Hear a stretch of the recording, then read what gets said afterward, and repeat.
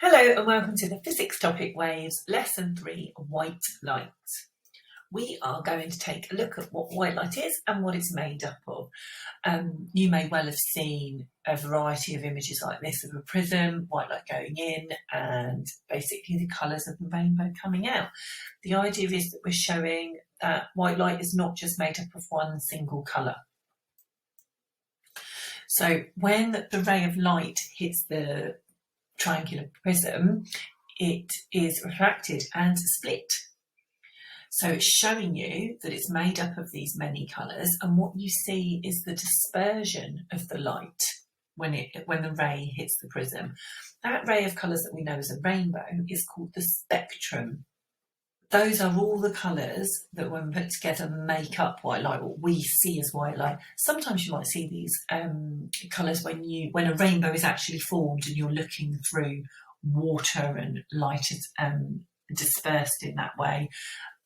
You might also see it reflecting off certain objects. Right, so now that we know that white light contains many different colours, we also need to know about coloured light, how objects change in different colours, and also filters.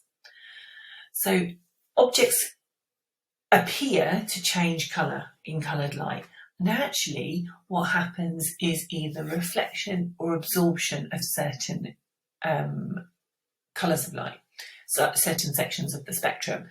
So the object will reflect the colour that the object already is. So for example, a blue jumper appears blue because it's reflecting the blue light, and that is what you see, but it absorbs all the other colours of the spectrum. Now, black objects absorb all the colours of the spectrum, which is why they appear black, and white objects do the opposite. They have reflected all the colours of the spectrum, which is why they appear white. You need to remember which way round that is. Now, the other important point you have to know is about coloured filters. So if you hold up a filter in front of an object, how that changes the colour of the object behind the filter. So filters are interfering almost with the spectrum, and they're altering which light can pass through, or they're affecting which light can pass through. So the colour of the filter gets through, nothing else. The rest of the colours are absorbed. So for example, if a light is shone through a green filter, the only colour of the spectrum that passes through the filter is green. So the object then behind the filter appears green.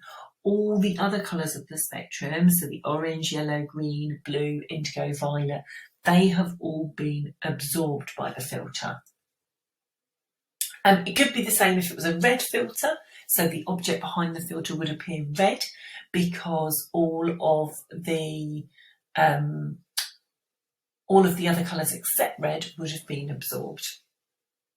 Okay, much shorter, snappier lesson for you on this topic, but just remember the spectrum, the colours of the spectrum, and the fact that white light is dispersed when it passes through that prism. So it shows you the colour of the colours in white light, the effect that coloured light has on objects, and also the effect that coloured filters.